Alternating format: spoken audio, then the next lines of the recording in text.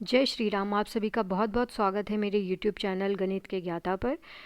तो आज हम पढ़ने वाले हैं एनसीईआरटी मैथ्स क्लास 9th का चैप्टर 1 का पार्ट 2, जिसमें हम देखने वाले हैं इरेशनल नंबर्स के बारे में।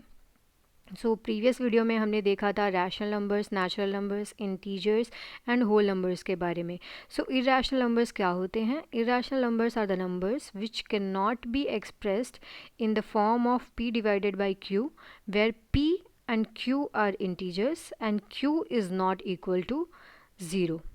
Okay, so basically irrational numbers are the numbers which are not rational.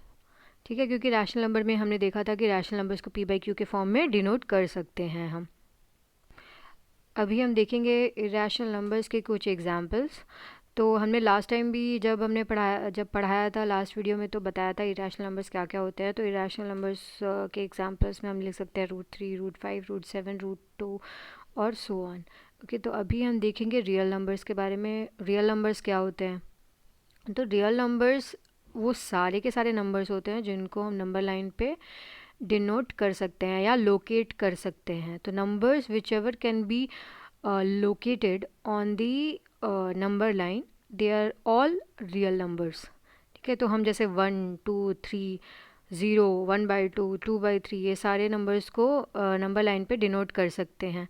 Similarly √3 जैसे 1.732 सो ऑन, इनको भी हम नंबर लाइन पे डिनोट कर सकते हैं। तो हम एक एग्जांपल देखेंगे कि √2 को हम नंबर लाइन पे कैसे डिनोट करें। जैसे हमें 0, 1, 2, 3 ये तो हमें दिखते हैं नंबर लाइन पे, हम इजीली उनको मेजर करके डिनोट कर सकते हैं। अभी √2 को हम कैसे लिख सकते हैं?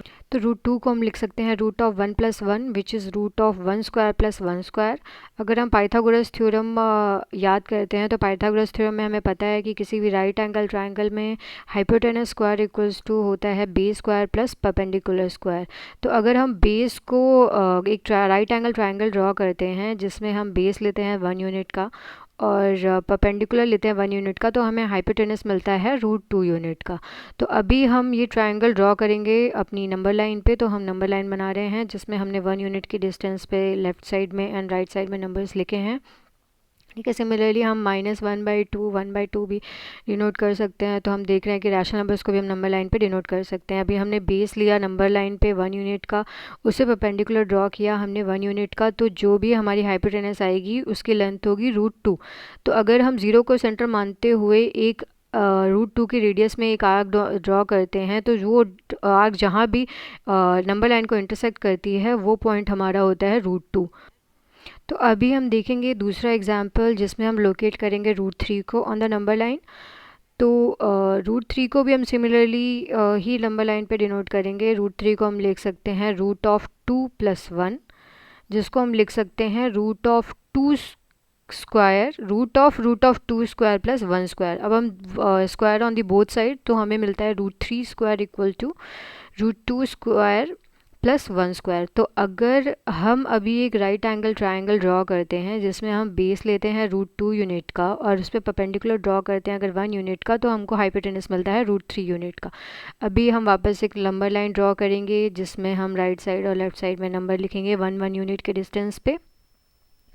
तो अभी हमें पहले ड्रॉ करना पड़ेगा √2, जिसके बाद में हमें मिलेगा √3। तो हमने जैसे लास्ट प्रीवियस क्वेश्चन में √2 को डिनोट किया था, लोकेट किया था 1 यूनिट का बेस एंड परपेंडिकुलर लेते हुए हमने √2 बना लिया। अभी √2 को बेस लेते हुए उस पर अगर हम 1 यूनिट का परपेंडिकुलर बनाते हैं, तो जो हमें लेंथ ऑफ हाइपोटेनस मिलती है वो होती है हमारी √3। तो अभी सिमिलर 0 को ओरिजिन मानते हुए √3 को रेडियस लेते हुए अभी हम एक आर्च ड्रॉ करेंगे जो नंबर लाइन पे जहाँ भी इंटरसेक्ट करेगी वो पॉइंट हमें मिलता है √3 का। अभी हम एक थर्ड एग्जाम्पल देखेंगे जो कि हमने एक्सरसाइज से लिया हुआ है कि locate √5 on the number line. ठीक है, तो जैसे प्रीवियस क्वेश्चंस में हमने √2, √3 किया, सिमिलरली हम √5 भी करेंगे। √5 को हम लिख सकते हैं √4 + 1, 4 को हम लिख सकते हैं 2 का स्क्वायर, तो विच इज़ √2² + 1²। तो अभी अगर हम 2 को दोनों साइड स्क्वायर करते हैं तो √5² इक्वल टू 2² + 1² होता है। अभी हम नंबर लाइन ड्रॉ करेंगे 1 यूनिट के डिस्टेंस पे सारे नंबर्स लिखेंगे। और अगर अब हम एक ट्रायंगल ड्रॉ करते हैं जिसमें कि हमारा बेस होता है 2 और उस पे परपेंडिकुलर होता है 1 यूनिट का। तो जो हमें हाइपोटेनस की लेंथ मिलेगी दैट विल बी √5। तो हमने 0 को ओरिजिन लेते हुए 2 यूनिट डिस्टेंस नंबर लाइन पे लिया, 1 यूनिट का परपेंडिकुलर ड्रॉ किया, तो जो हमें हाइपोटेनस की लेंथ मिली वो मिली √5।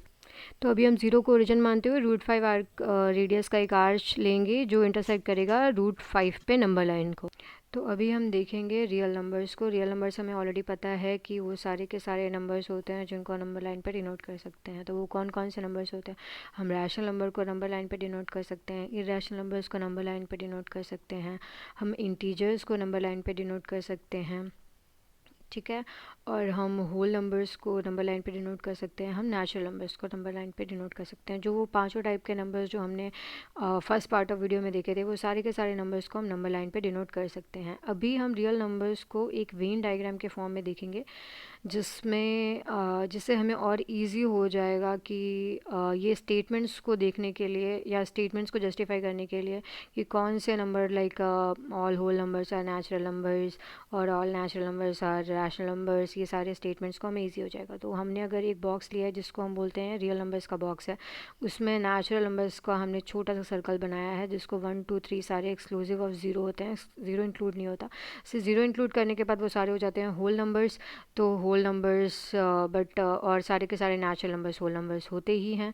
उसके बाद हम एक और बड़ा सा सर्कल बनाएंगे जिसको हम लिखेंगे रैशनल नंबर्स, क्योंकि सारे के सारे होल नंबर्स और जो नेचुरल नंबर्स है वो सारे के सारे रैशनल नंबर्स होते हैं। बट इरेशनल नंबर्स का हम एक अलग से सेपरेट सर्कल बनाएंगे, क्योंकि रैशनल इरेशनल में कोई रिलेशन नहीं होता और ये सारे के सारे नंबर्स मिलके बनाते हैं रियल नंबर्स।